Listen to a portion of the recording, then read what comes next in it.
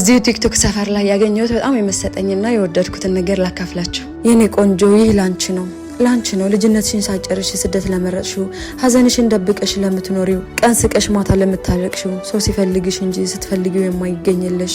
አዎ የኔ ቆንጆ ላንቺ ነው ቤተሰብ ለማይረዳሽ፣ የቤተሰብን ጎዶሎ የሞላሽ፣ ራስሽን ለረሳሽው፣ የሰው እቅፍ እየናፈቀሽ ብቻሽን ለቀረሽው። አረ ምን ይሄ ብቻ የሰው ፊት እየገረፈሽ ነገን እያሰብሽ ዝቅ ብለሽ ለምትሰሪው፣ አይምሮሽም አካልሽም ረፍት ላጣው። አዎ የኔ ቆንጆ ላንቺ ነው የኔ ቅመም። ለምን ግን ህይወት አጭር መሆኗን ረሳሽ? ነገን እያሰብሽ ዛሬን ረሳሻት? ቆይ እስከ መቼ ነው የሰውን ጎዶሎ የሞላሽ ራስሽን የምትረሺው? ለምንድን ነው ሁሌም ራስሽን የምታስጨንቂው?